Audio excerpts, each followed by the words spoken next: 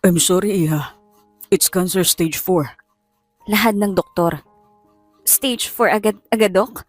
Hindi man lang tayo dumaan sa stage 1, 2 or 3? 4 agad? Hindi ba't ito yung mga natitegi boom agad? Dire-diretsong tanong ni Brianna. Palabiro lang talaga ang dalaga at mukha siyang hindi seryoso pero ang totoo ay maiyak-iyak na siya sa masamang balitang sinabi ng doktor. Please calm down, Iha. You can get a second opinion kung gusto mo. Wika ng doktor. Wala ho ba kayong tiwala sa sarili niyo, Dok? Sarkastikong tanong ng dalaga. Syempre meron, Iha. Pero syempre, choice mo naman yan. Muling sabi ng doktor. Sige ho, babalik na lamang po ako, Dok. Teka lang. Kailangan kitang resetahan ng mga gamot at vitamins. Kailangan din natin planuhin ang treatment mo. Pagbalik ko na lang po, Dok. Isa pa, wala ho akong balak magpa-treatment. Stage 4 na ho, di ba? Game over na po yun, Dok. Sarkastiko pero malungkot na sabi ng dalaga. Naiintindihan ko ang nararamdaman mo. Maaaring nasa denial stage ka. O baka kailangan mo na talaga ng oras para maintindihan ang mga nangyayari. Mahalaga din ang support system. May asawa o kapamilya ka ba na maaaring dumamay sa iyo sa mahirap na sitwasyong ito? Aray naman, Dok. Kanina ka pa, ah. Please don't rub in it. Nobyo nga ho eh, wala ako eh. Paano pa ang asawa? Wala rin ho akong kapamilya. Patay na ho ang nanay at tatay ko. Malungkot na sabi ni Brianna. I'm sorry to hear that. Bumalik ka na lamang kapag handa ka na. Sige po, Dok. Salamat po. Umalis ang dalaga. Nalulugo-lugo. Ang dami pa niyang pangarap sa buhay. Ang dami pa sana niyang plano sa kaniyang buhay. Hindi pa nga niya nakikilala ang kaniyang Prince Charming. Sa pakiramdam niya ay naiwan na siya sa huling biyahe. Naituon kasi niya ang kaniyang pansin sa atensyon sa pagtatrabaho. Huling taon na niya sa kalendaryo pero hindi pa niya nakikilala ang kaniyang Prince Charming. Hopeless romantic si Brianna. Naisa na niyang ibigay ang kaniyang unang halik sa kaniyang magiging unang nobyo. Nais din niya ang unang nobyo niya, ang kaniyang magiging asawa, kaya naman binabasted niya ang lahat ng naliligaw sa kanya na sa tingin niya ay hindi boyfriend material. Agad na nakipagkita si Brianna sa kaniyang matalik na kaibigan na si Danica. Ito na ang kaniyang naging sandigan at ito na rin siya nagsasabi ng kaniyang mga problema at hinaing sa buhay. Tanghali na nang dumating siya sa bahay ni Danica. Pagpasok sa gate ay agad siyang sinalubong nito at niyakap niya ito ng ubod ng higpit habang umiiyak siya. Danica, endgame na ako. Huwag ka nga magsalita ng ganyan. Habang buhay ka pa ay may pag-asa pa. Pilit pinapakalma ni Danica ang kaniyang kaibigan. Stage 4 na daw sabi ng doktor ko. Kahit pa mag-chemo ako o radiation therapy, ay napakalit na ng chance na gumaling ako.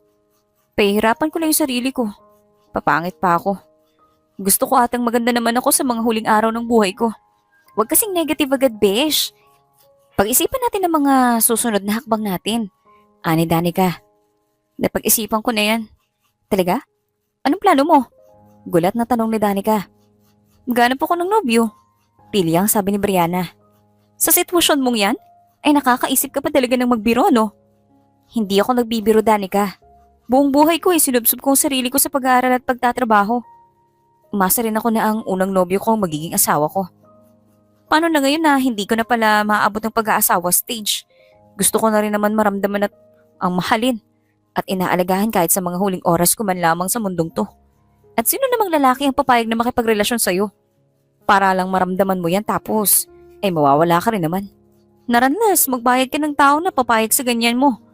Pero syempre, kung magbabayad ka ng tao hindi rin genuine ang pagmamahal na ibibigay niyon sa'yo. Sagot ni Danica. Di ako uupan ng tao para lang magpanggap na nobyo ko. Hindi pa naman ako ganun kadesperado, Beshi. Gusto ko yung taong totoong magmamahal sa akin. Hindi naman siguro yun mahirap. Maganda at mabait naman ako. Hindi ko nga lang ipagtatapat ng tungkol sa sakit ko. Ay, very bad yan, friend. Unfair naman yun sa taong yun. Bakit? Fair ba na may sakit ako na at mamatay na? Walang fair-fair sa mundo, Danica. Ewan ko sa'yo. Pero kung ako ang tatanungin, ay mas okay pa rin kung magpapagamot ka. Para makalbo, para manghina, mangangayayat at pumangit. Mahal kita, Danica. At sa buong pagkakaibigan natin ay Sinusunod ko ang mga payo mo. Pero ibigay mo na sa akin to please. Ayoko na magpagamot. Fine. Naintindihan naman kita. Muli silang nagyakap. Nagkwentuhan sila at nang dapit hapon na ay nagpaalam na si Brianna na uuwi na. Nang pauwi na si Brianna ay naisipan niyang dumaan sa isang coffee shop. Bawal daw ang kape pero bakit ba? Mawawala ba ang cancer ko kapag hindi ako uminom ng kape? I-enjoy ko na lang ang mga natitira kong araw, total. Di na naman ako gagaling eh. Bulong ni Brianna sa kaniyang sarili at pumasok siya sa coffee shop. Napangiti siya sa amoy ng kape. Talaga namang nare-relax siya sa amoy ng mabango at mamahaling kape kasabay pa ang malumanay na tugtog sa coffee shop. Walang masyadong customer noon kaya naman nakapili pa siya ng magandang pwesto. Umupo siya sa isang upuan at ipinatong sa lamesa ang kaniyang bag. Inilabas niya ang kaniyang journal. Mahilig siyang magsulat ng kaniyang mga iniisip, mga plano at mga nais gawin sa buhay. Makagawa nga ng bucket list. Napapanood ko sa mga movie na ang mga taong malapit ng mamatay ay gumagawa nito para naman mas kulit nila ang mga natitira nilang araw sa mundo.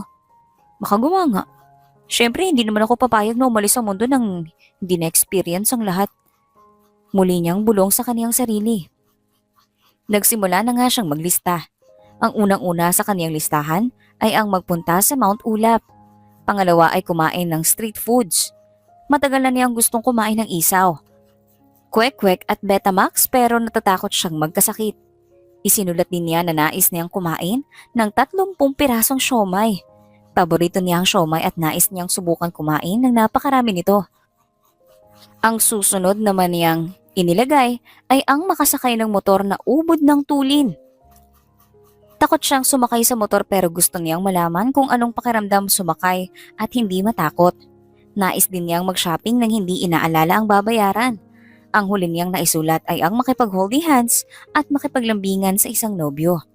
Yun bang mag-uusap sila sa cellphone buong gabi hanggang sa makatulog sila tapos pagising nila ay magkikita sila at magde-date. Naputol ang agam-agam ni Brianna nang tawagin ng barista ang kaniyang pangalan. Tumayo siya at naglakad papunta sa barista pero bago pa man siya makalapit ay bigla na lamang dumating ang isang lalaki at dinampot ang kaniyang kape. Agad nitong ininom ang kape. Napakunot ang noo ni Brianna. Matangkad ang lalaki. Nakasuot pa nga ng formal clothes. Mukha itong mayaman kaya't nagtaka siya kung bakit ito nangunguha ng kape kahit pa mukhang kaya naman itong bumili ng sarili niyang drink. Paalis na ito nang habulin ni Brianna. "Excuse me, kape ko yan."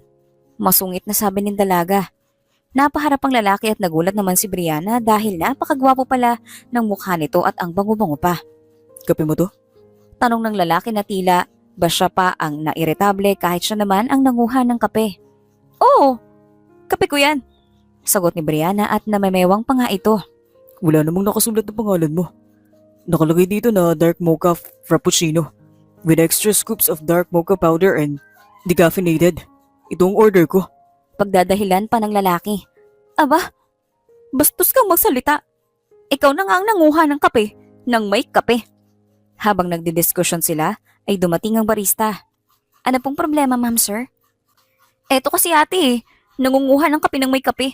Hindi ba tinawag mo na ang pangalan ko?" Tiningnan ng barista ang kapeng hawak ni Carlos. "Pasensya na po, kay ma'am po yan, sir. Pareho po kasi kayo ng order. Sa inyo na lang po ito, ma'am." Sabi ng barista sabay abot ng kape kay Brianna. "So akin nga yung unang kape." Pasaring pa ni Brianna. "Opo, ma'am." Hindi na lamang sumagot si Brianna bagkus ay umirap ito sa binata. It's just a coffee. Chill. Iritang sabi ni Carlos. Inis na bumalik na lamang sa lamesa si Brianna bitbit ang kaniyang kape. Nawala na siya sa mood kaya't hinablot na lamang niya ang kaniyang bag at umalis na. Nasa bahay na siya nang mapansin niyang wala ang kaniyang journal. Nakakainis. Naiwan ko pa yata sa coffee shop yung journal ko. Ang dami pa namang importanteng nakasulat dun. Napakamot na lamang ng ulo si Brianna. Naisipan niyang hanapin sa internet ang contact information ng coffee shop. Tinawagan niya at tinanong kung nakita nila ang journal niya pero wala daw silang nakita. Halos kabababa pa lamang niya ng telepono nang biglang nagring ang kaniyang cellphone. Hindi niya alam ang numerong rumehistro sa kaniyang cellphone kaya naman inakala niyang tumawag uli ang coffee shop at baka nakita na nila ang kaniyang journal. Hello? Bungad ng isang boses na malalim at seryoso. "Sino to?" Gulat na tanong ni Brianna. I want to talk to Brianna. Ito na nga. Sino ka ba? Anong kailangan mo sa akin? Kung may bibenta ka sorry wala akong bibilin. Hindi na nakapagsalita pa si Carlos dahil pinatay na ni Brianna ang tawag. Laking gulat naman niya nang tumawag muli ang lalaki. Pero bago pa man siya makapag-hello, ay nagsalita na ito. I have your journal. Natigilan si Brianna. Nasa yung journal ko? Paano mo nalaman ang pangalan at phone number ko? Nasa akin nga yung journal mo, di ba? So malamang nakita ko dun. Oo nga naman. Teka, paano ko makukuha yung journal ko? Naiwan mo sa coffee shop. Kunin mo na lamang sa opisina ko sa bahay ko. Bibigay ko sa yung address ko. Ayoko nga. Baka kung ano pang gawin mo sa akin. Dali mo na lamang sa coffee shop. I don't have time to go to that coffee shop. Busy ako. Eh di, pa-deliver mo na lang. Look, miss. I'm doing you a favor. Kung kaya mo, itatapon ko na lamang to. Fine. Pupunta ako na lamang sa coffee shop bukas. Inis na pinatay niya ang tawag at kinabukasan nga ay nagkita sila. Naglalakad na sa labas ng coffee shop si Brianna. Nakita pa niya si Carlos at inirapan pa nga niya ito. Halata namang naiinis din si Carlos. Ilang sandali pa ang biglang nakaramdam ng pagkahilo ang dalaga. Umikot ng mabilis ang kaniyang paningin hanggang sa nawala na siya ng malay at bumagsak siya sa sementong sahig. Laking gulat naman ni Carlos nang makita niyang bumagsak ang dalaga. Tumakbo siya para saklolohan ito. Miss, are you okay? Nag-aalalang tanong ni Carlos. Nakita rin pala ng mga barista ang nangyari kaya naman agad silang tumakbo para tumulong. Ilang sandali pa ay nahimasmasa naman agad si Brianna. Tinulungan siyang tumayo ni Carlos. Ayos ka lang ba, miss? Nag-aalalang tanong ng binata. Ayos lang ako. Pakitulungan na lang akong sumakay ng taxi. Taxi? Baka mapano ka, miss. Ihatid na lang kita. Wag na. Nakakaya naman. It's okay. Kinuha ko naman ang kape mo, di ba? This is the least I can do. Bahagyang natawa si Brianna. Sige na nga. Kung hindi naman masyadong abala sa'yo ay papayag na ako magpahatid. Inalalayan ni Carlos ang dalaga pasakay sa kaniyang kotse at nang nakasakay na rin ito ay nagsimula na itong mangulit. Sigurado ka bang ayaw mong daling kita sa ospital? Baka kung ano na yan. Oo, sure ako. Uwi na lang ako. Ayos lang naman ako. Sa daan pa uwi sa bahay ni Brianna ay nagsimula na silang magkwentuhan. Nagulat sila na tila nag-jive ang kanilang personalities. Pareho sila ng mga hilig sa pagkain, drinks, music, movies at kung ano-ano pa. Nang makarating na sila sa bahay ni Brianna, ay inalalayan pa siyang muli ng binata. For the last time, sure ka ba na hindi mo kailangan magpa-hospital? For the last time, sure na po ako. Tumatawang sabi ni Brianna. Sorry na. Worried lang ako eh. Paano ba naman? Ngayon lang naman ako nakakita ng taong hinimatay. Mainit lang siguro kasi kanina kaya ako nahimatay. Okay, fine. Ingat ah. Ngumiti si Brianna at naglakad na palayo si Carlos. Pumasok na si Brianna sa kanyang apartment. Hinayang na hinayang siya dahil doon lamang natapos ang kanilang pag-uusap. Napasandal siya sa pinto sa tindi ng kaniyang panghihinayang pero halos mapatalo naman siya sa gulat nang mag-doorbell si Carlos. Nagpanggap pa siya nga siyang nagulat nang buksan niya ang pinto. Carlos? Bakit bumalik ka? Hindi ako chismosong tao. Binuklat ko ang journal mo para makita ko kung sino nagmamay-ari nun. Nabasa ko ang bucket list mo. Kinabahan si Brianna na baka nabasa rin ni Carlos ang parte ng kaniyang journal kung saan naglalabas siya ng hinanakit tungkol sa kaniyang sakit. Hala, personal na masyado yun ah. Dapat hindi mo na binasa. Kabadong sabi ni Brianna. Sorry na nga pero alam mo ba? May bucket list din ako. At would you believe na halos pareho din tayo ng mga nakalista? Weh, hindi nga. Seryoso nga. Well, naisip ko lang naman na baka gusto mong gawin na yung mga bucket list mo. Anong ibig mong sabihin? Sabi natin gagawin ng bucket list ko? Simple lang. Halos pareho naman ang mga nasa bucket list natin. Bakit hindi na lang natin gawin ng sabay? Pag-iisipan ko. Ikaw din. Mas enjoy kung may kasama ka. Kung sa bagay, may point ka rin naman. So, payag ka na? Pero teka, hindi naman ako basta-basta sumasama sa mga taong hindi ko namang kakilala. Napataas pa ng kilay si Brianna. Carlos. Carlos Del Mundo ang pangalan ko. Hindi naman sa pagmamayabang pero i-google mo na lang pangalan ko at malalaman mo na there's no reason for you to be afraid of me. Uwi na ako. I-research mo na lang sa internet ang pangalan ko At kapag napagdesisyonan mo nang tawagan mo na lang ako. Nakangiting sabi ng binata at nagpaalam na nga ito matapos na mag-abot pa ng calling card kay Brianna. Nang makapasok na siya ng kanyang apartment ay inihanda na niya ang sarili sa pagtulog. Humiga na siya sa kama at nang damputin ang kaniyang cellphone ay naisipan niyang tawagan ang kaniyang doktor para sabihin ang kaniyang nangyaring pagkahimatay niya. Pero nagbago ang kaniyang isip dahil napagtanto niya na lalo lamang siyang kukulitin nito na magpagamot kapag nalaman na hinihimatay siya. Sa halip na hinanap na lamang niya sa internet ang mga social media platforms ang pangalan ng binata. Napaupo siya sa pagkagulat nang madiskubre kung sino ang binata. Youngest billionaire businessman? Nasambit ni Brianna. Nakita niya ang mga larawan ni Carlos at mga articles na naisulat tungkol dito. Bata pa daw nang mamatay sa aksidente ang mga magulang ni Carlos. Maaga siyang naulila. Naiwan sa kaniyang mga negosyo, pera at ari-arian ng kaniyang mga magulang. Dahil likas na manalino at madiskarte, ay napalago ni Carlos ang mga negosyo nila hanggang sa maging isang bilyonaryo ito sa edad na 29 lamang. Napanganga na lamang sa pagkagulat ng dalaga at naihagis niya sa gulat ang kaniyang cellphone nang mag-ring ito.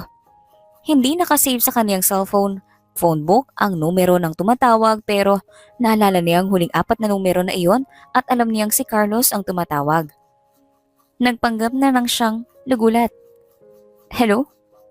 Nagpag-isipan mo na ba ang ko? Pilyong bungad ng mababa at seryosong boses sa kabilang linya. Sino to? Pag-arte pa nga ni Brianna. Ilan ba kaming may alok sa'yo nang gumawa ng nasa bucket list? Mapang-asar na tanong ni Carlos.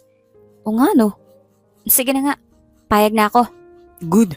So, kailan natin sisimulan? May mga asikasuin lang ako. Magsimula na lamang tayo sa Sabado. Got it. Hindi makatulog si Brianna ng gabing iyon. May kung anong epekto sa kanya si Carlos. Hindi niya pa ipaliwanag pero bumibilis ang tibok ng puso niya kapag napapalapit siya dito. Halos natataranta rin siya kapag tinititigan siya nito sa mata. Napagdesisyonan din niya na itatago muna niya kay Danica ang tungkol kay Carlos. Hindi niya kasi alam kung anong magiging reaksyon nito. Dumating ang araw ng kanilang pagkikita. Sa coffee shop sila nagkita. Doon din kasi sila unang nagkakilala. Napangiti si Carlos nang makita niyang bumaba ng taxi si Brianna at naglakad papalapit sa kanya. Ang totoo ay lihim na humahanga si Carlos sa dalaga. Sinungitan kasi siya nito ng aksidente niyang makuha ang kape nito. Nasanay na kasi siya na dahil sa taglay na kagapuhan ay hindi nagpapahayag ang pagkainis sa kanya ang mga babae bagkus ay nagpapakyut pa nga. Pero iba si Brianna. Para itong maliit na tigre na handa siyang awayin dahil lamang sa kape. Naaliw din siya dahil ngayon lamang siya nakakita ng babae na may kapareho ng mga gusto niya. Pareho sila ng takot sumakay sa motor, mahilig sa siomay at marami pang iba. Ngumiti si Carlos nang nasa harap na niya ang dalaga. Anong unahin natin? Sekreto. Tara na. Pilyong sabi ng binata at sumunod naman si Brianna sa kanya. Inalalayan pa niyang sumakay sa kaniyang kotse ang dalaga. Agad na pinandar ni Carlos ang kaniyang kotse. Nagtungo sila sa isang mamahaling mall sa BGC. Pumarada si Carlos sa pay parking at inalalayan bumaba ng sasakyan ng dalaga. Anong gagawin natin dito? Naguguluhang tanong ni Brianna. Magsha-shopping nang hindi tumitingin sa presyo. Bungis-ngis na sabi ni Carlos. Ay wait! Gusto ko yan at nasa bucket list ko yan. Pero hindi sa mall na to. Napakamahal dito. Baka magalit ka sa akin yung mga cashier kapag hindi ko naman mababayaran ng mga kinuha ko. Natatarantang sabi nito. It's okay. It's on me. Ano? Ililibre mo ako ng shopping sa isang mamahaling mall? Bakit mo naman gagawin yan? Well, because I can. Isa pa, nasa bucket list natin yan. We, paano naman ako maniniwala na nasa bucket list mo rin yan? Eh mayaman ka naman. Kahit ano ay kaya mong bili ng hindi nag-aalala sa presyo. You don't get rich by spending money. Madami din naman akong hindi na binibili. Dati, at gaya nga ng nasa bucket list mo, ay gusto ko ding mag-shopping nang hindi nag-aalala sa pera. Masayang namili ang dalawa. Lihim na napapangiti si Brianna dahil ngayon lamang niya naranasan na makatanggap ng mga ganong gamit mula sa isang lalaki. Sunod naman ay pumunta sila sa isang Chinese restaurant. Meron dito unlimited siomay. Hindi ba't mahilig ka sa siomay at gusto mong malaman kung ano lang ang kaya mong kainin?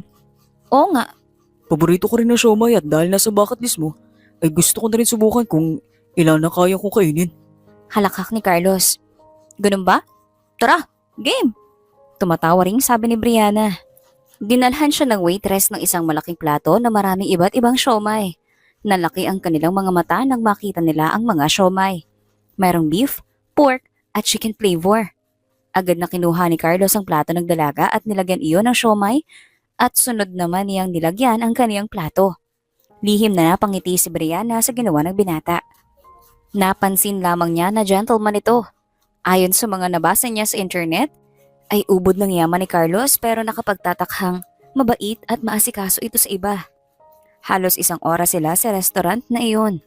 Busog na busog sila sa mga nakain nila. Nagkatinginan na lamang sila at pareho silang nagtawanan. Busog na busog kasi sila pareho at tinatamad na nga silang kumilos pa. Nakailang siomay ka? Pilyong tanong ni Carlos. Ikaw muna. Naka 35 na piraso ako. Gulat na gulat naman si Brianna. Halos siya. May baya ka ba sa tiyan? Ang dami nun ah. Baka mamaya magsarang restaurant na to kapag araw-araw kang kakain dito. Negative.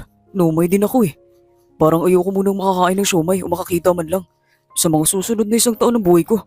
Biro ni Carlos at halos mabilaukan naman si Brianna sa pagtawa dahil kasalukuyan siyang umiinom ng tubig. Komedyante ka rin ano? Pero sana next time na magbibiro ka, ay wag mo nang itaon na umiinom ako ng tubig. Lumalabas sa ilong ko ang tubig eh. At naghalakhakan ang dalawa. Nagpahinga pa sila ng kaunti bago tuluyang umuwi. Inihatid ni Carlos ang dalaga sa kaniyang bahay. Salamat ah. Nag-enjoy ako. Super. Pero mukhang tama ka. Kahit paborito kong siomay mga isang taon yata akong hindi mo na makakakain nito. Nakakaumay ang ginawa natin. Teka, hindi mo pa inaamin sa akin kung ilang piraso nakain mo. 28. Madami rin pala. Anyway, I should go. I had a great time. Thank you. Salamat sa libre. Kakaya na nga eh. Araw-araw mo na lang akong nililibre. Sa susunod na food trip ay sagot ko na ah. At saan naman yan? Gusto ko ng street food. Deal. Ang susunod naman nilang ginawa ay ang pagsakay sa motor. Bakit ka ba natatakot? Takot ka din sa mabilis na motor, hindi ba? Paano kung maaksidente tayo? Magaling ka bang magmaneho ng motor, Aber? Hindi, pero nag-motorcycle driving school naman ako. Miski na. Paano kung maaksidente tayo? Inilahad ni Carlos ang kaniyang kamay sa dalaga. Hindi naman kita pababayaan. Don't you trust me? Seryosong tanong ni Carlos at nakatitig ito sa mga mata ni Brianna. Oo na nga. May tiwala naman ako sa'yo. Sumakay na si Brianna sa motor at pinandar na iyon ni Carlos. Kapit na kapit si Brianna sa binata. Hindi na nga niya napansin na nakayakap na pala siya dito.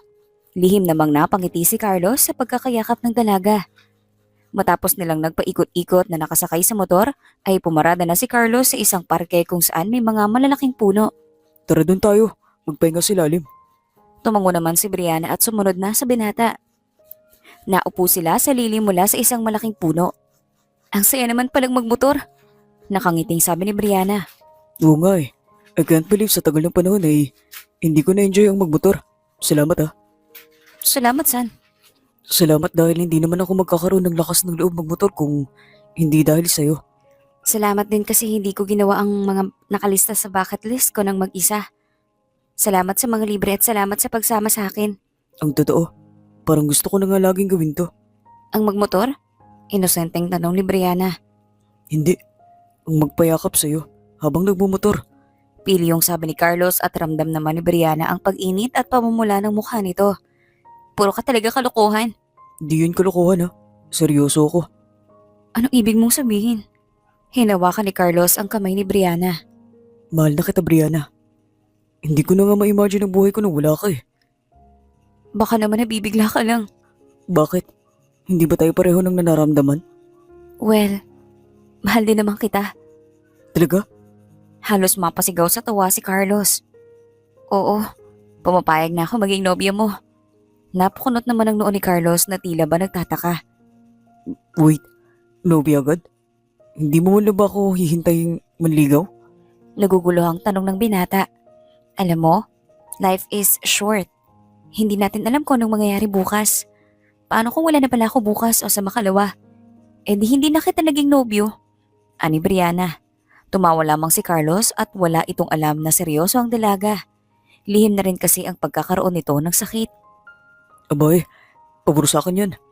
Hindi naman sa ayaw ko maligaw pero hindi rin talaga ako magaling manligaw. So, paano?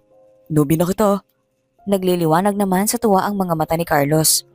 Oo nga, nobya na kita. Nalakhak ni Brianna at nagyakap na ang dalawa. Kinagabihan ay hinatid na ni Carlos ang dalaga at laking gulat nito nang datnan sa kaniyang sala si Danica.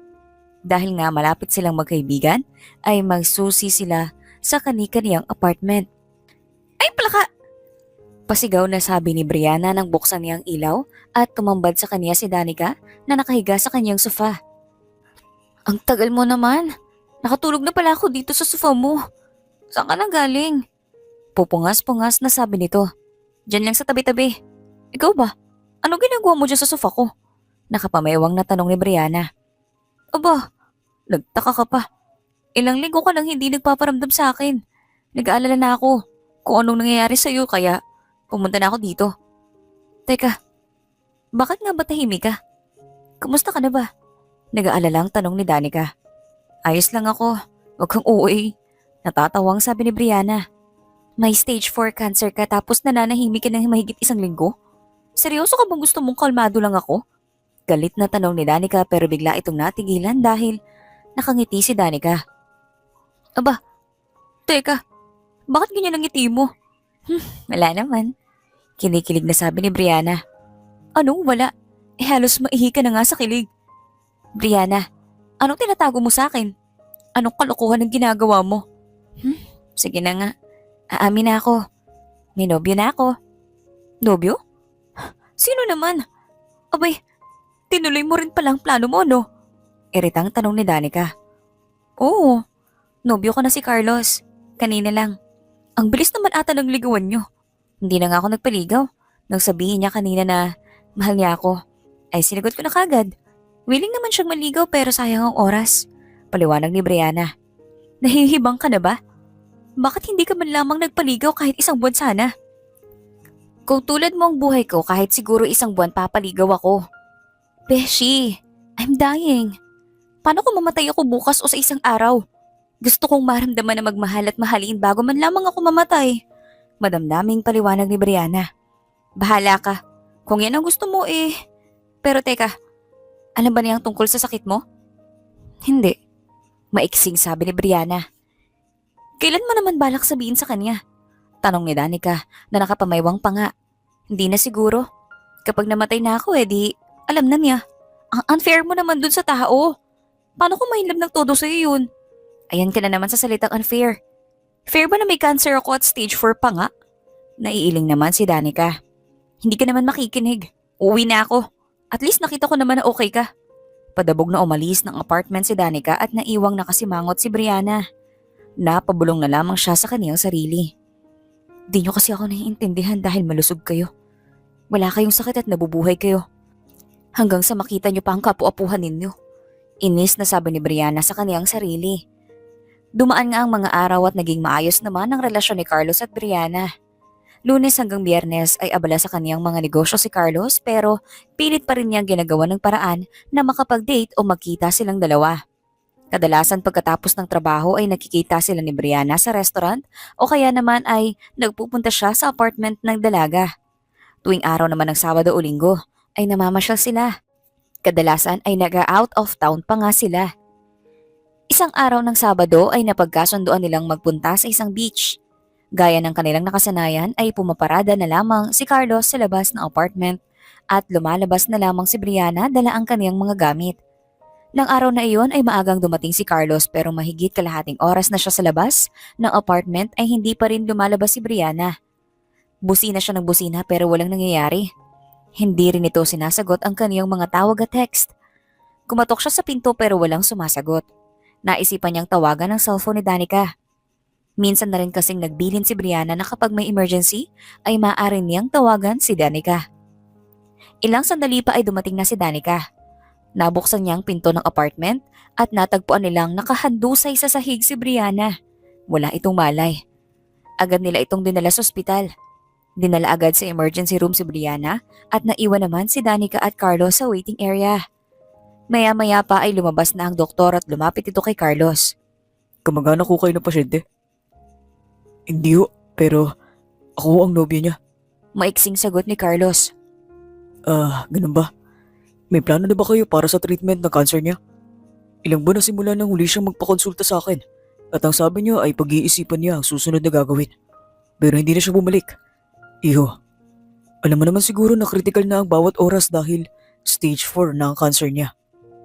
Kapag nagkamali siya ay kausapin mo na siya na para mapagplanuhan na ninyo ang mga susunod na hakbang. Seryosong bili ng doktor. Napakunot noo si Carlos at tila tumigil ang kapaligiran niya habang nagsasalita ang doktor. May cancer ang babaeng pinakamamahal niya. Stage 4 daw at critical na ang lagay nito. Paano hindi man lamang niya nalaman ang totoong kondisyon nito? Pumasok si Carlos sa kwarto ni Brianna. Tulog pa ang dalaga at napansin ni Carlos na nakabukas ang bag nito. Nakita niya ang journal na minsan niyang isinauli kay Brianna. Binuklat niya ang mga pahina at binasa ang mga nakasulat doon. Laking gulat niya nang mabasa ang iba pang nakasulat. Nahabag siya nang mabasa ang mga hinaing ni Brianna sa pagiging mag-isa. Pati ang mga sama ng loob niya tungkol sa pagkakasakit ay nabasa ni Carlos. Nahabag siya sa sitwasyon ng kaniyang nobya pero ilang sandali lamang ay nabasa niya ang mga saloobin ni Brianna at ang habag ay agad na napalitan ng galit at sama ng loob. Nabasa niya na nais ni Brianna maghanap ng magiging nobyo dahil pakiramdam niya ay mamamatay na siya at gusto lamang niyang maramdaman ang mahalin ng isang lalaki. May naisulat din si Brianna tungkol sa gabi nang may nangyari sa kanila. Nakasaad na dati siyang naniniwala na dapat may mangyayari sa dalawang taong hindi pa kasal pero nabago ang pananaw na iyon dahil sa kaniyang sakit at sa kagustuhan na masubukan ng lahat bago man lamang siya mawala sa mundo. Nabitawan ni Carlos ang journal at napatitig ito sa dalaga. Minahal kita pero niloko at ginamit mo lamang ako. I can't believe this is happening. Halos bulong na sabi ni Carlos. Pinulot niya ang journal at ibinalik iyon sa bag ni Brianna. Lumabas siya at umuwing masama ang loob. Hindi niya matanggap na sa kabila ng pagmamahal niya kay Brianna ay ginamit lang pala siya nito. Ilang oras mula nang makauwi si Carlos ay nagising naman si Brianna. Anong nangyari? Mahina ang boses ni Brianna nang magtanong ito kay Danica. May lakad daw kayo ni Carlos pero hindi ka daw niya makontak. Kaya tumawag siya sa akin. Nang mabuksan naman namin ng iyong apartment ay natagpuan ka namin nasa sahig. Hinimatay ka kaya dinala ka kaagad namin dito. Paliwanag ni Danica. Nasaan si Carlos? Tanong muli ni Brianna. Hindi ko nga alam eh. Bumili lang ako ng merienda ko pero nakasalubong ko at umahangos. Hindi na nga ako sinagot nung tinanong ko siya kung saan siya pupunta. Parang ang galit na galit. Kwento pa ni Danica. Hindi na nakasagot pa si Brianna dahil dumating ang doktor. Nang makita nito nagising na si Brianna ay agad niya itong sinuri. Maayos ka naman for now. Nakausap ko ang nobyo mo. Ipinaliwanag ko na kailangan mo nang magdesisyon sa treatment para sa sakit mo. Po? Nakausap niyo po ang nobyo ko? Oo, mukhang nag-aalala nga siya sa'yo. Pag-usapan ninyo ang treatment mo, Iha, at napaka-importante nun. Pagkatapos magbilin ay umalis na ang doktor. Naiwan na parehong tulala ang magkaibigan. Makalipas ang ilang minuto ay binasag ni Brianna ang katahimikan. Ngayon ay alam ko na kung bakit nagmamadaling umalis si Carlos. Alam na niya ang tungkol sa aking sakit. Kahit naman sino ay sasama ang loob sa ginawa mong beshi. Sorry ah. Kaibigan kita pero unfair talaga kay Carlos yun. Alam ko naman yun pero hindi ko naman nakalaing mapapamahal ako ng totoo sa kanya. Dati ay experience na magkanobyo lang ang apanap ko eh. Nagiging emosyonal na rin si Brianna. Pero nung na-fall ka sa kanya, sana itinuwid mo ang pagkakamali mo. Natakot kasi ako na baka iwan niya ako kapag nalaman niyang tungkol sa sakit ko. Naiiling na sabi ni Brianna, baka sa kaniyang mukha ang panghihinayang at pagsisisi sa kaniyang mga nagawa. Kung talagang mahal ka niya, ay danamayang ka niya. Pero kung hindi, wala tayong magagawa dun. Gusto mo ba na mahal ka niya ng hindi sa kung sino ka o kung anong kondisyon meron ka? Giit pa ni Danica. Gets ko na. Sorry kung hindi ako nakinig sa'yo. Huli na ba ang lahat para itama ko pa ang pagkakamali ko? Magpahinga ka na muna. Kapag malakas ka na, subukan mong magpaliwanag sa kanya. Hindi rin natiis ni Danica ang kaibigan. Nilapitan niya ito at hinagkan pa. Naging emosyonal naman si Brianna. Salamat at hindi mo pa rin ako iniiwan, Beshi. Ay naku, kahit gustuhin man kitang iwan wala naman akong magagawa. Beshi kita eh. Umiiyak na nagyakap ang magkaibigan. Nang makalabas nga ng ospital ang dalaga ay agad niyang sinubukang tawagan si Carlos pero hindi na nito sinasagot ang kaniyang mga tawag. Nagtungo siya sa opisina nito pero hindi na rin siya hinaharap ng binata. 2 buwan na silang walang kontak kaya naman tinanggap na din ni Brianna na wala na talaga sila at hindi na rin naman niya masisisi ang binata sa naging desisyon nito. 2 buwan na nga at nagsimula ng makaramdam ng sintomas ng pagbubuntis si Brianna. Napapadalas ang pagkahilo at pagduduwal kaya't nag-pregnancy test siya at positibo ngang buntis siya.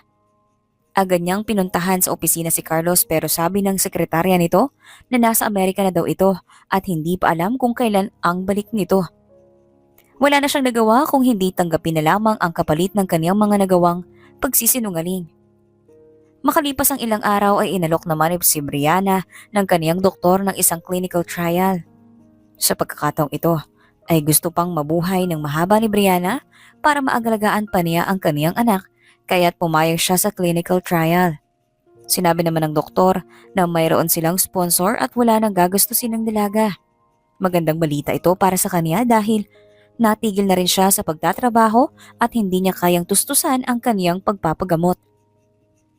Sa masusing pagsusuri para sa trial ay nadiskubre ng mga eksperto na hindi naman pala cancer ang sakit ni Brianna.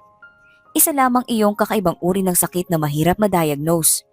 Hindi daw iyon terminal at kailangan lamang niyang sumailalim sa mahabang gamutan. Laking pasasalamat naman ni Brianna dahil nawala na ang pangangamba niyang lalaking mag-isa at walang magulang ang kaniyang anak. Lumipas nga ang mga taon at 7 taon na ang anak ni Brianna. Lumaki itong maganda, magalang at matalinong bata. Salat man sa pera at sa mga material na bagay ay busog naman sa pagmamahal ng bata. Hindi na nakapagtrabaho pa ng maayos si Brianna dahil kailangan niyang alagaan ang kaniyang anak at bawal siyang ma-stress o mapagod. Patuloy din ang pag-inom niya ng gamot. Patuloy namang nakakatanggap ng tulong pang-pinansyal si Brianna mula sa kanilang sponsor. Ang sabi ng doktor ay isa daw pilantropo ang nagbigay ng malaking halaga sa kanilang organisasyon at ito ang nagbapadala buwan-buwan ng allowance nila mula sa malaking halaga na iyon. Sa kabilang banda, pauwi ng Pilipinas si Carlos. Ang totoo ay ayaw na sana umuwi pa ng Pilipinas ng binata. Masyadong malungkot ang mga alaala niya sa Pilipinas. Dito siya nagmahal ng totoo at dito rin siya nasaktan ng lubusan. Mayroon lamang siyang mga kailangang asikasuhin ng personal sa kaniyang mga negosyo kaya't napilitan na rin siyang umuwi. Panay ang panalangin niya na sana ay huwag silang magkita ni Brianna. Hindi niya alam kung anong gagawin o sasabihin niya sakali mang magkaharap sila. Nasa airport siya nang makakita siya ng isang batang babae na umiiyak. Mag-isa itong nakaupo. Lumingali nga pa si Carlos para tiyakin kung kasama ito at nang makita niya na wala itong kasama ay nilapitan niya ito. Bata, bakit ka umiiyak? Ayos ka lang ba? Nag-aalalang tanong ni Carlos. Naiwan po kasi ako ng mga kasama ko. Pupunta po sana ako sa Cebu para sa volleyball competition namin pero hindi po dumating ang sponsor ko. Siya po kasi nasagot sa ticket ko pero hindi daw po nakabili ng ticket. Hindi niya po nasabi sa amin kaya heto at nagpunta pa kami sa airport pero hindi naman pala ako makakasama. Humihikbing paliwanag ng bata, si Katie. Ganun ba? Sino kasama mo? Yung teacher ko po, nag-CR lang po siya tapos uwi na din po kami. Magalang na kwenta ng bata. Ganito na lang. I'll pay for your ticket. Ako na lang sponsor mo. Nakangiting sabi ni Carlos na hindi maipaliwanag ang kaniyang nararamdaman. Maawain at mapagkaawang gawa naman talaga si Carlos. Pero kakaiba ang nararamdaman niya para sa batang ito. Para bang mayroon silang koneksyon. Para bang matagal na niya itong kakilala. Halos umabot naman sa tenga ang ngiti ng bata nang marinig ang sinabi ni Carlos. Talaga po? Halos patili na tanong ni Katie. Oo naman. I can tell na mabait at porsigido kang bata. Nararamdaman ko malayo mararating mo. Isa pa, naglalaro din ako ng volleyball nung bata ako. Talaga po? Naging palagay din ang loob ni Katie kay Carlos. Oo, kaso nga lang, namatay ang mga magulang ko.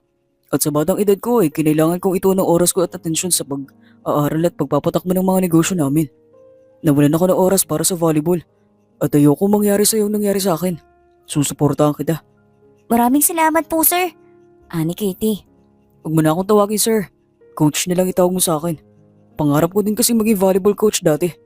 At least sa ganitong pamamaraan lamang ay maging coach ako sa'yo. Pagbalik mo ng Maynila ay tuturuan kita. Tutulungan kitang mag-ensayo. Emosyonal na sabi ni Carlos. Naputol ang pag-uusap nila nang dumating galing sa CR ang guro ng bata. Coach, siya po ang guro ko. Ani Katie. Magandang araw ho. Gusto ko sana hong maging sponsor ng bata. Ito ang 30,000. Bumili kayo ng round trip ticket. Ang matitira ay pocket money na ninyo. Kung maaari, bigyan niyo ako rin ako ng contact details niyo. Gusto ko sanang suportahan ng bata sa kaniyang sports. Maraming salamat ho. Awang-awa nga ho ako na hindi siya makakasama pero wala rin kasi akong magawa dahil hindi ko kayang magbili ng ticket. Tuwang-tuwa naman ang gurong na si Alice. Huwag niyo na ho yan intindihin. Ako na po ang bahala. Maraming salamat po. Halos sabay na sabi ni Katie at Alice. Nagpaalam na si Carlos dahil dumating na ang kanyang driver at sila Alice naman ay bumili na ng ticket para sa susunod na flight. Natuloy nga sa Cebu si Katie at Alice. Masayang-masayang bata dahil matagal na niyang pinaghandaan ang laban na iyon. Sa Maynila naman ay hindi rin mapakali si Carlos. Palagi niyang naiisip ang bata. At sa pamamalagi ng mga ito sa Cebu ay madalas din tumawag si Carlos para kausapin si Katie. Masaya din ang bata at nagkakamustahan at nagkukwentuhan sila tungkol sa volleyball kaya naman lalo siyang napalapit sa isa't isa. Tila ba may kung anong koneksyon na sila agad? Kumusta naman ang laro mo dyan? Masayang tanong ni Carlos na nag-uusap sila ng bata sa cellphone ng guro. Okay naman po. Nanalo nga po kami. May isang laban pa po kami bukas. Sana nga po manalo kami uli. Excited na kwento ni Katie. Usayan mo at syempre mag-pray ka. Opo. Lagi po ako nagdadasal. Gusto ko po talaga manalo. Wala din po kasing sapat na pera kami para pampaaral kaya sakali pong pala rin makapasok sa varsity mababawasan na po ang gastusin namin. Lahad pa ni Katie. Ang bait mo naman talagang bata. Napakapalad ng mga magulang mo at ikaw ang anak nila. Nanay lang po meron ako. Hindi ko na po nakilala ang aking ama. Biglang nagbago ang tono ni Katie na nahalata ni Carlos na nalungkot ito. Ganun ba? Teka, kailan ba uwi niyo ng Manila? Gusto ko sana kayo makausap ng iyong ina. Madami ako magandang iaalok para sa'yo. Naku, maraming salamat po. Sa Biyernes po uwi namin. Ani Katie. O sige, sabihan mo ang nanay mo na I'll meet you guys over dinner. Sa Japanese restaurant malapit sa opisina ko. Ipapadala ko na lang sa guro mo ang address at oras. Sige coach, maraming salamat po ulit. At nagpaalam na si Katie. Matapos nga ang competition ng bata ay umuwi na siya ng Maynila at kinagabihan ay nagtungo sila sa Japanese restaurant. Anak, sigurado ka ba dyan sa coach mo? Mabait ba yan? Baka scam yan ha? Ano ko ba naman ay? Si coach nga po ang tumulong sa akin para makarating ng Cebu. Wala naman siyang hiningi sa amin paano magiging scam yun. Ikaw talaga nay, kakanood mo ng TV yan eh. Halakak ni Katie. Iba na ang nakakasiguro anak. Teka, asa na ba siya? Nasa entrance na sila ng restaurant nang lapitan sila ng waitress. Good evening po, may reservation po ba kayo? Kasama po namin si coach. Magalang na sabi ni Katie. Reservation for coach, this way po. Nakangiting sagot ng magandang waitress. Anak, coach ba talaga ang pangalan niyang kaibigan mo? Hindi po nay. Ayaw po kasi niyang magpatawag ng sir eh. Mahilig din daw po kasi siyang maglaro ng volleyball kaya coach na lang po ang itawag ko sa kanya. Paliwanag ng bata. Ihinatid sila sa isang lamesa na nasa bandang dulo. Nasaan na ba siya? Hintay na lang po natin nay, masyado ka naman pong mainipin. Naghalaka ka ng mag-ina nang biglang dumating si Carlos. Hi po coach! Bati ng bata. Hi!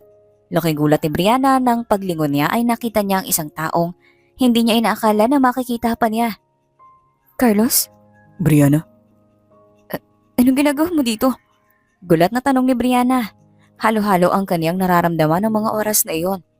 May parte ng kaniyang puso na nais na lang biglang yakapin at hagkan si Carlos. Hindi man niya aminin ay mahal pa rin niya ito at nakumpirma niya ito nang magkaharap sila. Magkikita kami ni Kitty.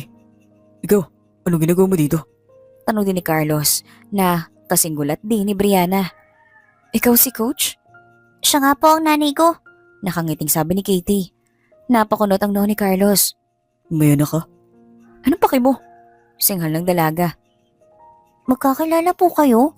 Naguguluhang tanong ni Katie. Hindi. Sabay na sagot ng dalawa at napakamot na lamang ang ulo ng bata. Pwede po ba pag-usapan na lang natin ang gagawin natin? Hirit muli ni Katie. Fine. Nagtitimping sagot ni Carlos. Tumawag ng waiter si Carlos at umorder ng pagkain. Nanginginig ang mga kamay. Tila nanumbalik ang pakiramdam niya nang sila ay magkarelasyon pa. Hindi niya maitatanggi na masaya ang kaniyang puso na muling makaharap ang taong nagpatibok ng kaniyang puso. Gusto ko sanang tulungan si Katie sa kanyang pag-aaral at sa paglalaro niya ng volleyball. Bakit mo naman yan gagawin? Anong dahilan? Nakikita ko ang potensyal na determinasyon niya, kaya nais ko siyang tulungan. Baka naman may kapalit yan. Balditang tanong ni Brianna. Teka, bakit parang ikaw pa ang galit? Inis na tanong ni Carlos. Hindi na siya nakapagtimpi pa. Sa tingin niya ay siya pa ang dapat nga na galit sa dalaga sa panloloko nito sa kanya. Nakahalata naman si Katie at nagpaalam na magtutungo muna sa play area ng restaurant. Mukhang kailangan niyo po atang pag-usapan yan. Maglalaro po muna ako sa banda doon. Magalang na sabi ni Katie. Nang makaalis na ito ay nagsimula ng mag-usap ang dalawa. Sino ka man ni Katie? Lakas loob na tanong ng binata. Anong pakialam mo? Bakit hindi mo ako sumasagot? Bakit ba gusto mong malaman? Wait, anak ba ang bata? 7 taon na siya at 7 buwan at ilang buwan na din simula nang maghiwalay tayo. Kung susumahin nga nagbuntis ka, bago pa man ako nagtungo ng Amerika. Maghiwalay? Hindi naman tayo naghiwalay ah. Iniwan mo ako. Magkaiba yun. Dahil niloko mo ko, Sana hindi ka lumayo para alam mo, di ba? bakit parang kasalanan ko? Niloko mo ko. Nabasa ko sa journal mo na pinlano mo lang ang magkanobyo para masubukan ng lahat bago ka makawala sa mundo to. Itinago mo nga sa akin ang tungkol sa sakit mo eh. Ginamit mo pa ako at pinaniwala na mahal mo ko. Ngayon mo sabihin sa akin na mali ako sa paglaya ko sa'yo. Puno ng pananakit ang bawat katagang binitawan ni Carlos. Aminado naman ako na nagkamali ako. Totoo naman na nung una ay plano ko lang na maranasan kung paano mahalin at magkanobyo. Hindi ko naman plinanong mahalin ka. Hindi ko naman nakalaing mamahalin din kita. Natakot na akong aminin sa'yo ang totoo. Dahil baka iwan mo ko. Sinserong paliwanag ni Brianna at naging emosyonal na nga rin ito. Nanumbalik kasi sa kanya ang mga panahong bigla na lamang naglaho ang binata. Ganun ba ang tingin mo sa akin? Sinabi ko naman sa'yo na mahal kita, hindi ba? Bakit hindi ka nagtiwala sa akin? Hindi kita iiwan kung nalaman ko na may sakit ka pala. Naunahan ako ng takot eh.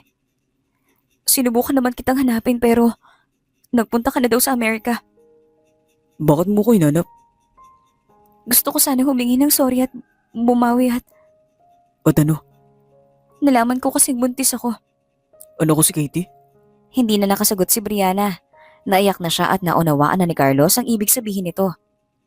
I'm sorry. I'm sorry din. Hindi kita gustong lukohin. I get it now. Ipinasok ako ng doktor sa clinical trial. Doon nila nalaman na hindi pala cancer ang sakit ko. I know. Alam mo? Paano? Ako ang nag-fund ng mga pagpapagamot mo.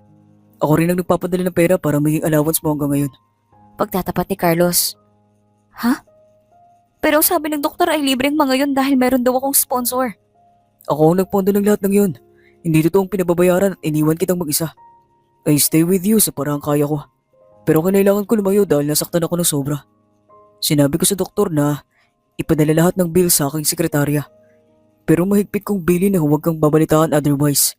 Ay ititigil ko lahat ng tulong ko. Kwento pa ng binata. Bakit ayaw mo makabalita ng tungkol sa akin? Baka kasi hindi kita matiis at balikan lang kita. Kapag may nabalitaan ako tungkol sa'yo. Sa takot siguro ng doktor na itigil ko ang lahat ng tulong ko sa'yo. Eh hindi niya ako binalitaan. Kita mo naman at may anak pala tayo pero hindi ko man lang alam yun. Lalo namang napaiyak at naging emosyonal si Brianna. Sa kabila ng lahat na ginawa ko ay hindi mo pa pala ako pinabayaan. Mahal kita, Brianna. At hindi kaya kitang iwan sa ganong kondisyon. Minahal kita sa paraan na kaya ko sa mga panahong yun. Pero patawarin mo ako kung kinain ako ng galit ko. Kung pinatawad sana kita kagad ay sana nalaman ko ang tungkol sa anak ko. Emosyonal na sabi ni Carlos. Pareho naman tayong nagkamali. Pasalamat na lamang tayo sa Diyos at pinag-cross niya ang landas ninyong mag-ama. Nakakagulat nga. Kaya naman pala napakaganang loob ko sa batang yun. Ano ko pala siya? Yun marahil lang sinasabing lukso ng dugo. Nangingiting sabi ni Carlos. Hindi nila alam na bumalik na pala ang bata at nakatayo ito sa likod nila. Ikaw po ang tatay ko, Coach? Maiyak-iyak na tanong ni Katie. Sabay na napalingon ng dalawa. Anak, andito ka na pala. Siya ang ama mo. Lakas loob na umamin si Brianna. Hindi po ba tinaguan niya tayo? Ani Katie. O anak, pero nasaktan ko kasi ang ama mo. Kaya siya lumayo. At hindi niya rin alam ang tungkol sa'yo sa mga panahong yun. Hindi niya nabasa ang mga mensahe na tungkol sa'yo. Hindi niya rin alam ang nahinanap ko siya. Pero tagal ko pong nangulila sa ama, Nay. Ang tagal ko pong nalungkot. Patawarin mo kami, anak. Halos pabulong na sabi ni Carlos. Gusto ko na pong umuwi, Nay. Umiiyak na sabi ni Katie at tumakbo itong palabas ng restaurant. Hahabol pa sana si Carlos pero pinigilan siya ni Brianna. Tabayan mo muna siya. Kakausapin ko na lang muna siya sa bahay. Ihatid ko na kayo.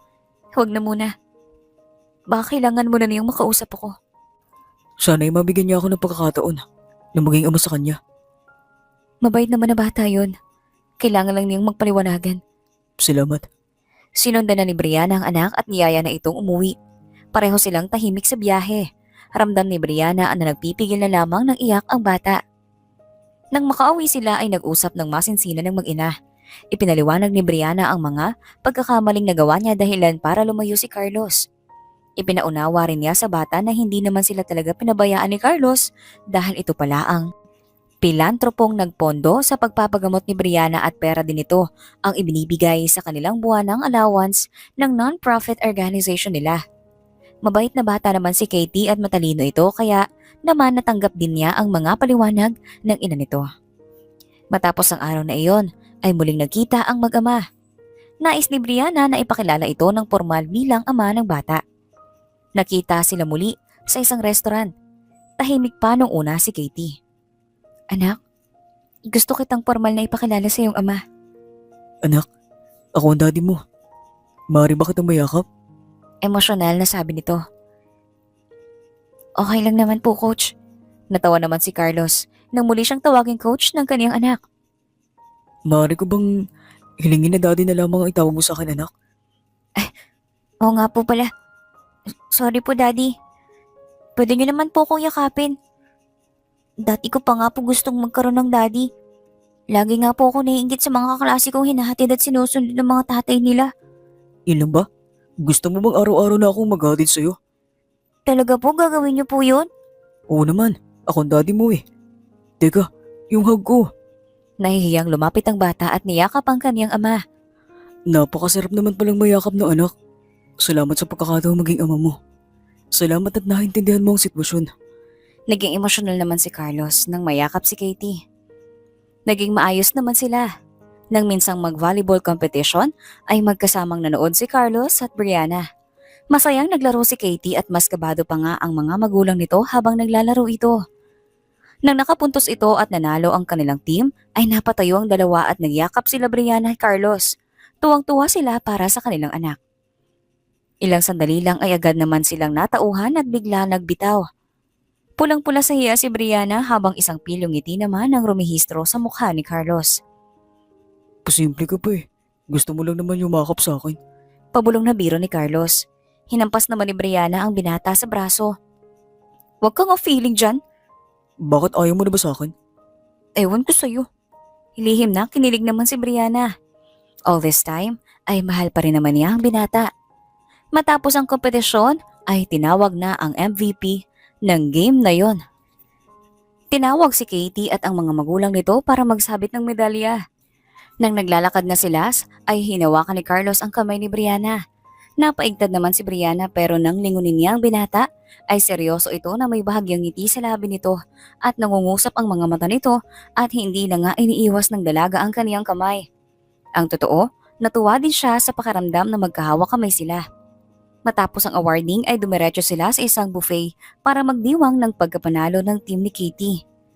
Nang umalis para magbanyo si Katie, ay nakakuha ng pagkakataon si Carlos para kausapin ng seryoso ang dalaga. Brianna, pasensya na nga pala kanina ah. Hinawakan ko ang kamay mo. I didn't want to offend you. Namiss ko lang din talaga yung mga pinagsamahan natin dati. Okay lang. Nakakamiss naman talaga. Totoo? Namiss mo din? Gulat na gulat si Carlos. Inakala niyang naging bato na para sa kanya ang puso ni Brianna.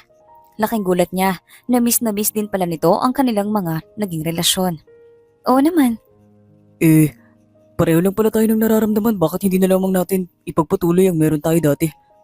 Siguro naman this time around, napatawad mo na ako at napatawad na rin kita. Nagulat sila nang biglang magsalita ang kanilang anak. Ayan! Happy family na tayo! Ikaw talaga, ang hilig-hilig mong magulat anak. Tumatawang sabi ni Carlos. Masama yung sumasabat sa mga nag-uusap na matatanda, Katie. Palagi ka na lamang biglang sumusulpot. Pangaral naman ni Brianna. Sorry na nanay. Gusto ko po kasing maging okay kayo ni daddy para maging magkakasama na po tayo sa isang bahay. Happy family na po tayo! Masayang sabi ni Katie. Oo nga naman, makinig ka sa anak natin. Pili yung sabi ni Carlos. Pag-uuntugin ko kayong mag-ama eh. Pinagtutulungan niyo pa ako. Hinawakan ni Carlos ang kamay ng dalaga sabay titig sa mga mata nito. Mahal pa rin kita Brianna. Mahal na mahal. Kahit kailan naman ay hindi na walang pagmamahal ko sa'yo. Sana'y mabigyan mo pa ako ng isa pang pagkakataon nang makabawi sa'yo. Gusto kong patunayan kung gaano kita kamahal. Gusto ko kayo makasama ng aking anak. Matagal din kaming hindi nagkasama at nais ko man lamang na mapalitan ang mga sandaling nawala sa amin. Sa atin. Madamdaming pahayag ni Carlos. Ang totoo ay natatakot na ako magmahal pang muli. Alam ko namang may kasalanan ako sa nangyari sa atin pero napakasakit pala ng naiiwan. Natatakot ako na kapag nagkabalikan tayo ay iiwan mo akong muli. At masasaktan akong muli. Parang hindi ko na kaya yun. Pagdahanan ulit. Pagdadapat naman ni Brianna. Naiintindihan kita. Pero sana ay magtiwala ka sa akin muli. Para sa akin. Para sa anak natin. Bigla na namang sumingit si Katie. Niyakap niya sa kaliwang braso ang kaniyang mag-ama at sa kabila naman ang kaniyang ina. Magkabalikan na po kasi kayo nanay. Excited na po akong makasama kayo sa araw-araw. Alam ko naman pong mahal niyo pa ang isa't isa. Hindi ko naman po kayo pipilitin kung sa tingin ko ay hindi ninyo gustong isa't isa. Pero kitang-kita naman po na nagmamahalan kayo eh. Natatawang sabi ng bata. Oo na nga. Mahal pa rin naman kita. Basta wag mo na lang ako iiwan oh. Naluluhang sabi ni Brianna. Kinuha ni Carlos ang kamay niya at hinagkan. Ang mga panahong magkawalay tayo. Ang mga pinakamalungkot na oras ng buhay ko. Hindi na ako lalayo pa sa'yo. Hindi ko sasayangin ang ikalawang pagkakataon na binigay natin. Yes! Buo na ang pamilya natin! Masayang sabi ni Katie at niyakap niyang muli ang kanyang ama at ina. Teka lang, hindi naman ako papayag na magsama kami sa isang bubong ng iyong ina nang hindi kami kasal. Mataas ang respeto ko sa kanya at gusto kong ibigay lahat ng bagay na para sa kanya. Nakangiting sabi ni Carlos. Ha? Anong ibig mong sabihin? Naguguluhang tanong ni Brianna. Humagigik si Katie at inilabas mula sa kaniyang bulsa ang isang maliit na kahon at iniabot iyon sa kaniyang ama. Nang maabot naman ni Carlos ang kahon, ay lumuhod ito sa isang tuhod sa harap ni Brianna. Ikaw lamang ang laman ng puso ko. Mula noon hanggang ngayon at hindi ka mapapalitan. Maaari ka bang manatili sa puso ko habang buhay ko? Will you marry me and complete our family? Madamdaming tanong ni Carlos. Agad nanaluhan naman si Brianna. Oo, mahal kita at pakakasalang kita. Hindi ako aalis dyan sa puso mo. Biro naman ng dalaga at nagyakap sila ng mahigpit ni Carlos. Masayang masaya si Katie. Matagal na siyang nangungulila sa pagmamahal ng isang ama. Matagal din siyang naiinggit sa mga kaklase niya na may nanay at tatay na kasama sa mga events sa school. Sa wakas ay magkakaroon na din siya ng sarili niyang buong pamilya. Dininig ng Diyos ang matagal na niyang panalangin. Ikinasal ang dalawa at tumira na ang mag-ina sa mansyon ni Carlos. Matagal man bago silang nakitang muli ay sa tingin nila, it's still the best for them. They had the right love at the wrong time. Ngayon ay mas matured at mas malawak na ang kanilang pag-iintindi. Pareho rin silang nangako na hindi nila sasayangin ang pangalawang pagkakataon na ipinagkaloob sa kanila. Sa dami man ang kanilang pinagdaanan ay nakabalik pa rin sila sa isa't isa. Ganun talaga. May mga taong nakalaan para sa atin. Kailangan lang nating maging matatag at papagpatawad.